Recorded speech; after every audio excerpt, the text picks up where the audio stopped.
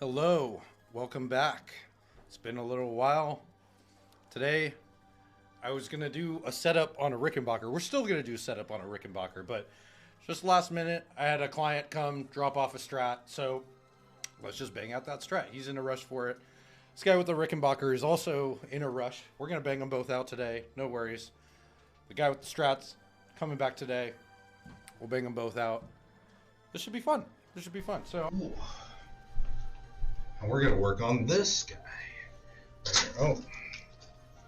So right now, I'm just going to do the very tedious process of removing all this plastic. You know, it's a brand new guitar. Here, let me switch back to the table.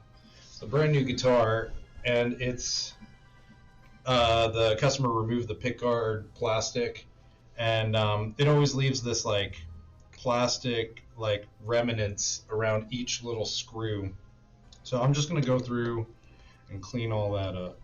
And so the way you do it, there's different methods on every single one, but the way you do it on a pickup is you kind of loosen it, and then so that you can kind of like pick it up a little bit by that point, and then you pick out the plastic. And usually I like to use some tweezers. Something to get that plastic out. Usually tweezers and a razor blade is like the most useful tool.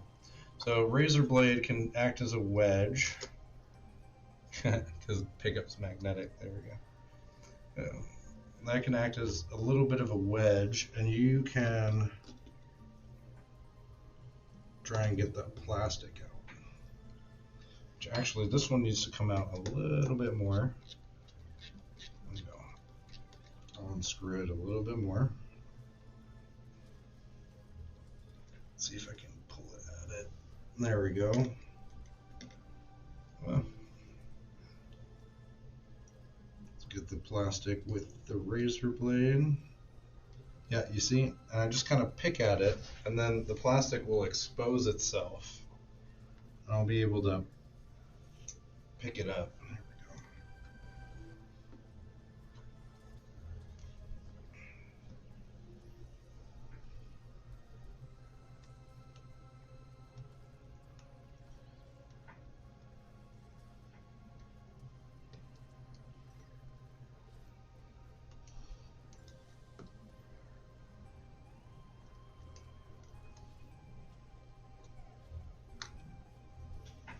There we go. Got that one. That one was real pesky.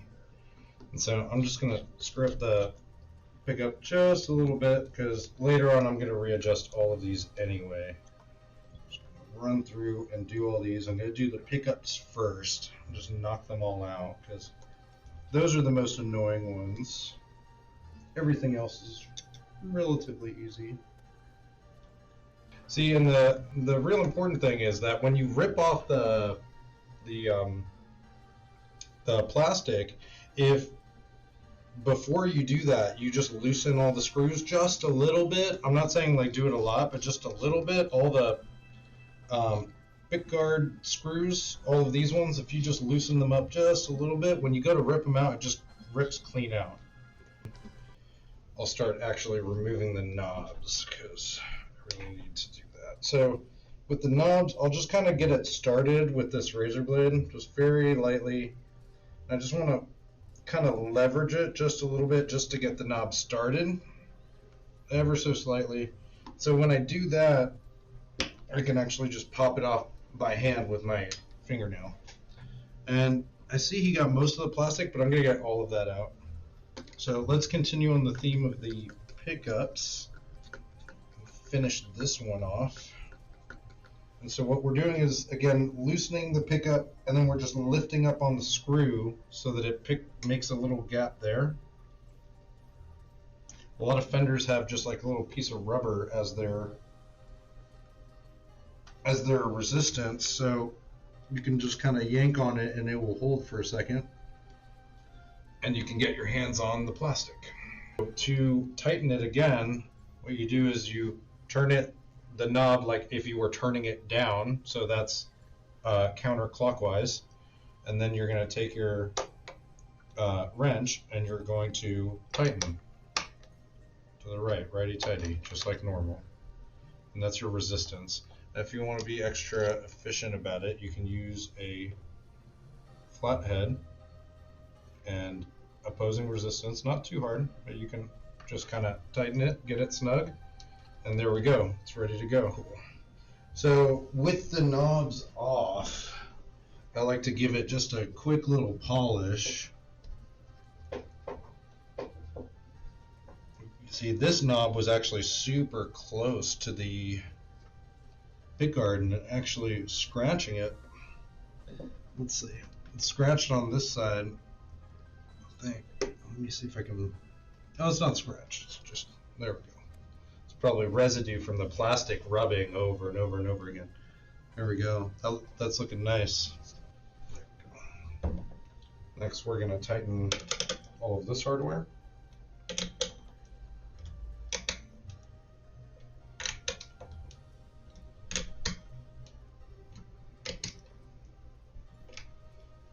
And I like to tighten these, and the strings are off, so there's no like extra tension pulling up and you're trying to strain the screw.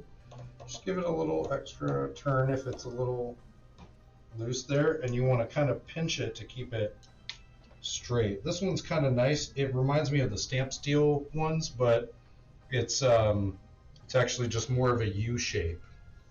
Like just kind of U-shaped. Okay, so that's all. I'm going to show this a little bit in the standard tuner real quick. So I like to set it up nice and tight and then grab, pull back 1 fret to get my measurement that I want and loop it over the top. I like to use my thumb from this hand that's holding tension, by the way, from that point. So I'm holding this spot, like this kind of spots on hold right there, and I'm using my thumb here to help me wrap it around the top, and I'm going to hold it there with this kind of like dancer position. Like my hand is like this. I can't hold on, I can't do it on the camera. Hands like like this. And I'm like holding it right there, right? And so I'm going to take my winder. Oh, my other winder's held up. Let's use the. There we go. Okay, we'll just use the analog winder. Here we go.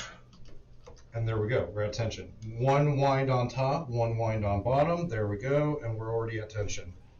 That's what we want. Stretch a little bit, and let's do the next one. In fact, I'll do this whole thing with just the hand winder. So again, pull back 1 fret over the top. I like to pull the slack string just upward because I've already got my loop on top, right? And so the reason why I'm doing this whole hand hold thing that I'm doing with the string, where I'm holding tension with my middle finger and I'm pushing with my pointer finger down and guiding it, and I'm going to guide it down. You'll see that loop it's going, and it's going to go down and under it, and then before you know it, you're at tension. And when you look at it nice and close, it looks nice and clean. You got your slack of the string comes in, 1 loop over the top, 1 loop over the bottom, locks this in, and then you cut it. And the benefit of it is when you get good at it, it's nice and quick, get a nice good measurement, works out really well. And when you go to take it, the biggest benefit for someone who's like changing their strings often, the strings come right off. When you go to take the strings off, you'll cut it right in the middle and boom, all the strings come off. Like sometimes I see Gibsons come in and their string is like kind of tied up in a knot, and I hate that because every time I go to take a string off, it's like an extra 30 seconds on each string trying to get it out of that stupid knot. So with this, it's nice and simple. 1 over the top, 1 over the bottom. So when you get down here, I like to just go ahead and I like to do the whole operation first don't stick it in the string tree. I like to do the whole operation first, pulling back the fret, loop over the top, and then I like do that same formation. I kind of drag it back and I put it in the string tree right there. And then from there, I can kind of just push my finger down right here. But the biggest and most important thing is to hold tension here. So sometimes I'd almost rather be out of the string tree and just holding tension and holding it really close to the string and guide it. So we did one loop over, we're going one loop under. And then once we get to almost tension, you could use your thumb or your finger or whatnot to just push it right under the string tree. There you go. Now the other way would have you kind of stretched out right here in this kind of scenario. Let's say it's in the string tree and you go to do the operation.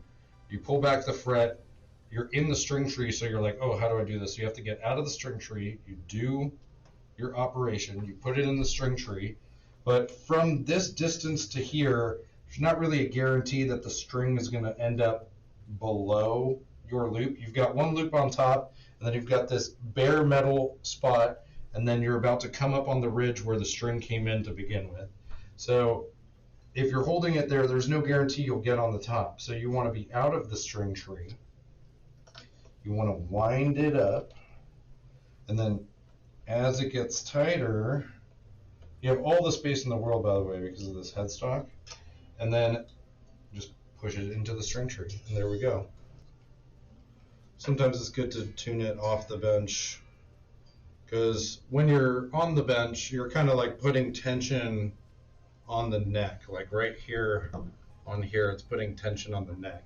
So you're doing truss rod adjustments, you're like looking down, and there's actually tension on here. On a bass, you could actually visibly see a difference when you pick up the instrument and then when you set it down right there on that point, because the instrument weighs a good amount, and that's going to affect all of that. So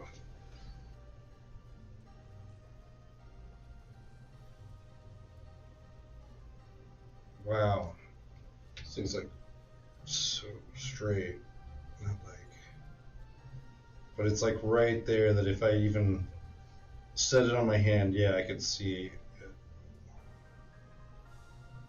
It looks pretty good. Yeah, I'll probably just raise the D and the G string a little bit, and maybe the A string. The high strings seem pretty good. So I'm just doing a micro adjustment here, though. A little micro adjustment. Let's see.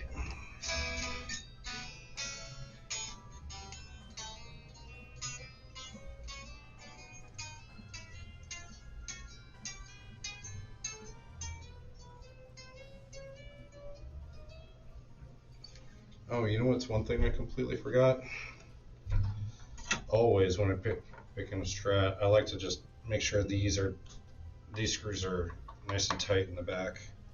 They're always a little bit loose sometimes, so I like to double check. Yeah, and these are just a little bit.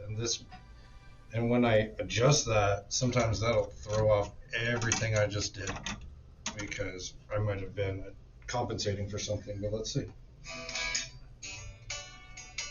Or maybe that just made it even better.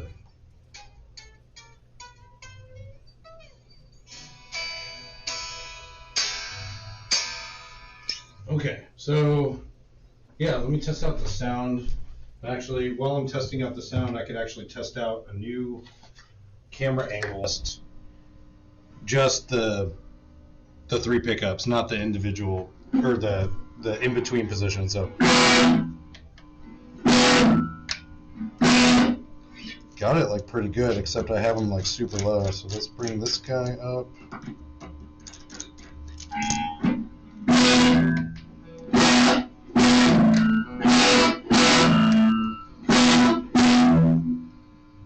And this one just a little bit on the bass side.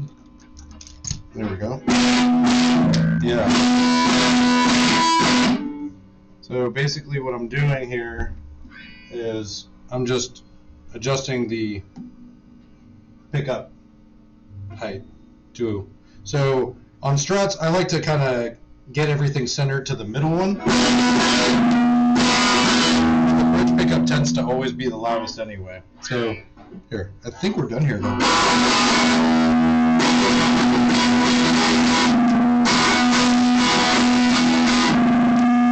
Yeah, I think we're done here. Okay, cool. Go around and do the last tightening. There we go. Yeah, I left a lot of slack.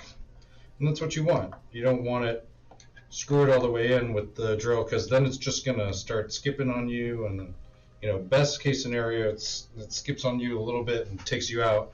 Worst case scenario, you strip the screw or ruin the thread of the wood in there and make it so that it's relatively useless. So here we go. It's all done.